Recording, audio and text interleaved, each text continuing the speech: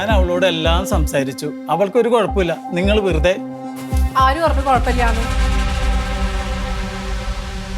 ആദ്യം തന്നെ ആർക്കൊക്കെ എങ്ങനെയൊക്കെ വീതം വെക്കണമെന്ന് പറ, എന്നിട്ട് ബാക്കി തീരുമാനിക്കാം. എങ്ങനെ ഇരിക്കുന്നു? ഇന്നലെ വരെ വേണ്ടാന്ന് പറഞ്ഞിട്ട് ഇപ്പൊ കണ്ടില്ലേ തനിക്കുണം പുറത്തു വന്നത്?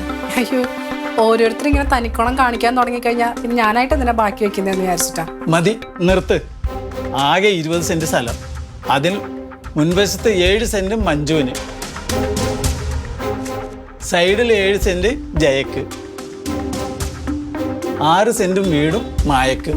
അപ്പൊ മുന്നിലത്തെ 7 സെന്റ് കൊടുത്തു കഴിഞ്ഞാൽ പിന്നെ എനിക്ക് വഴി എവിടെയാ? സൈഡിലൂടെ നടവഴി ഇട്ട് തരും.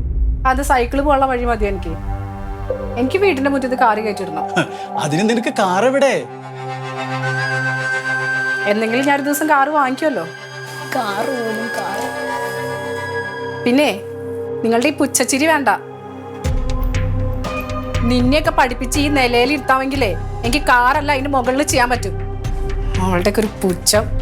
അതെ, ഞാൻ പറഞ്ഞ പോലെ ഈ കാര്യങ്ങളൊക്കെ നിങ്ങൾക്ക് ഓക്കെ ആണെങ്കിൽ മാത്രം ഞാൻ ഉപ്പിട്ട് തരാം, അല്ലെങ്കിൽ എനിക്ക് ബുദ്ധിമുട്ടാണ്.